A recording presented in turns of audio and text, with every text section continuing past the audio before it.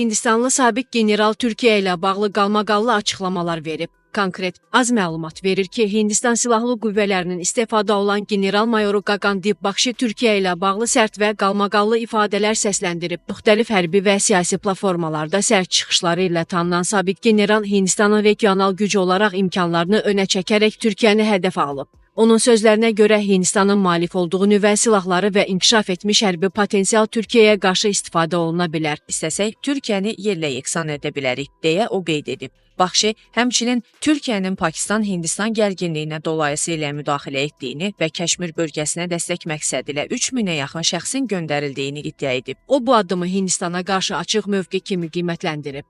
Gagandip Bakshi qeyd edib ki, Hindistanın strateji üstünlükləri nəzərə alınmalıdır. Onlar dünya gücü olduqlarını göstərməyə çalışırlar. Ancaq unutmamalıdırlar ki, bizdə qlobal gücük, onların nə nüvə silahı, nə də kosmik imkanları var. Bizdə isə bunların hər ikisi mövcuddur, deyə sabiq general sözlərinə davam edib. Generalın bu açıqlamaları sosial şəbəkələrdə və ekspert dairələrində geniş müzakirələrə səbəb olub.